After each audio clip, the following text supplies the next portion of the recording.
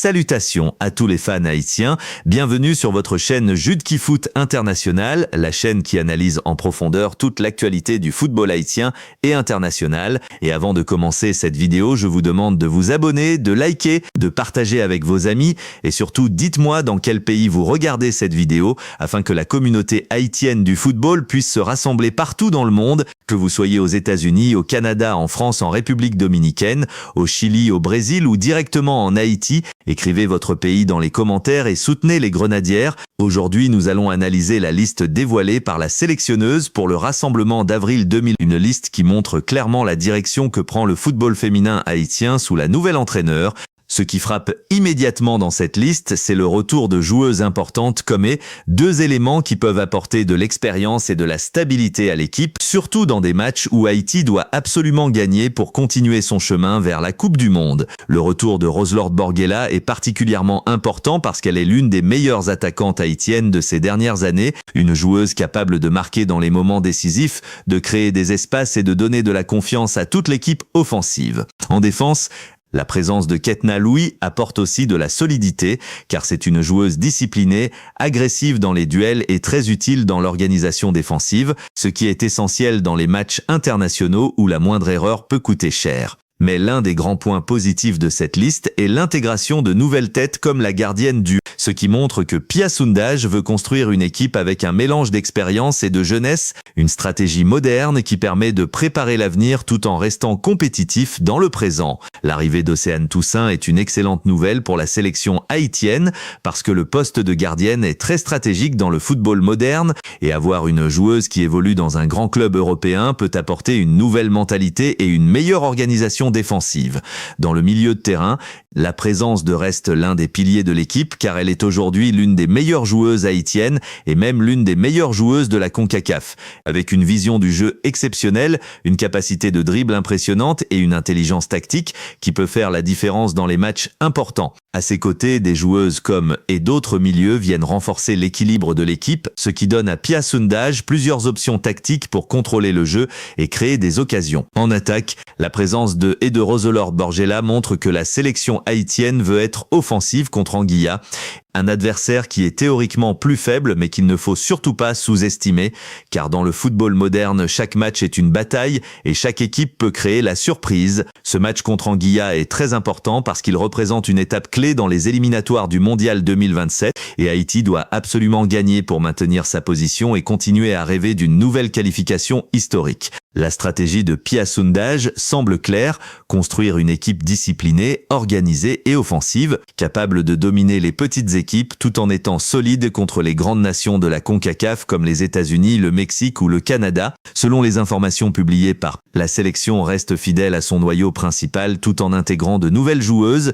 ce qui prouve que la transition est en train de se faire progressivement et intelligemment. La Fédération haïtienne de football, là, semble également soutenir ce projet, ce qui est très important pour la stabilité de l'équipe nationale féminine, car sans une bonne organisation administrative et technique, il est difficile d'obtenir de bons résultats sur le terrain. L'un des grands défis pour Pia Sundhage sera de créer une véritable identité de jeu pour Haïti, une identité basée sur la vitesse, la technique et la discipline tactique afin que les Grenadières puissent rivaliser avec les meilleures équipes du continent. Ce rassemblement d'avril est donc une étape stratégique car il permettra à la sélectionneuse de tester ses joueuses, d'évaluer leur niveau et de préparer les prochaines échéances internationales. Les supporters haïtiens attendent beaucoup de cette équipe, surtout après les performances remarquables des dernières années, et cette nouvelle liste donne de l'espoir pour l'avenir du football féminin haïtien. Si Haïti gagne contre Anguilla avec une bonne performance, cela pourrait renforcer la confiance du groupe et envoyer un message fort aux autres équipes de la CONCACAF. En conclusion, la liste dévoilée par Pia Sundhage montre une volonté claire de construire une équipe compétitive, équilibrée et tournée vers l'avenir, avec un mélange de joueuses expérimentées et de jeunes talents, et ce match contre Anguilla sera un véritable test pour voir si la nouvelle vision de la sélectionneuse commence déjà à porter ses fruits. La liste dévoilée par Pia Sundhage pour le rassemblement d'avril 2026 représente bien plus qu'une simple convocation de joueuses pour affronter Anguilla dans les éliminatoires de la Coupe du Monde féminine 2027. Elle symbolise une nouvelle étape dans la construction de l'identité des Grenadières et dans l'évolution du football féminin haïtien. Cette liste montre clairement que la sélectionneuse veut bâtir une équipe équilibrée, compétitive et ambitieuse, capable non seulement de gagner les matchs importants, mais aussi de préparer l'avenir avec intelligence et discipline. Le retour de joueuses expérimentées comme Roselord Borgella et Ketna Louis prouve que l'expérience reste un pilier essentiel dans la stratégie de l'équipe, car dans les compétitions internationales, la maturité et la connaissance du haut niveau sont souvent déterminantes pour gérer la pression et les moments décisifs. En même temps, l'intégration de nouvelles joueuses comme Océane Toussaint du Paris Saint-Germain montre que le projet est tourné vers l'avenir, avec une volonté de renouveler progressivement l'effectif afin de maintenir un niveau élevé sur le long terme. Cette combinaison entre jeunesse et expérience est l'un des signes les plus encourageants de cette nouvelle ère, car elle permet de construire une équipe solide aujourd'hui tout en préparant les succès de demain. Ce rassemblement est également une opportunité pour renforcer la cohésion du groupe et créer une véritable unité autour du projet sportif, car une équipe nationale ne se construit pas seulement avec des talents individuels, mais surtout avec une mentalité collective forte, une discipline tactique et une vision claire du jeu. Sous la direction de Pia Sundhage, les Grenadières semblent entrer dans une nouvelle dynamique basée sur l'organisation, la rigueur et la confiance, des éléments essentiels pour réussir dans les éliminatoires de la Coupe du Monde. Le match contre Anguilla peut paraître facile sur le papier, mais dans le football moderne, aucun adversaire ne doit être sous-estimé,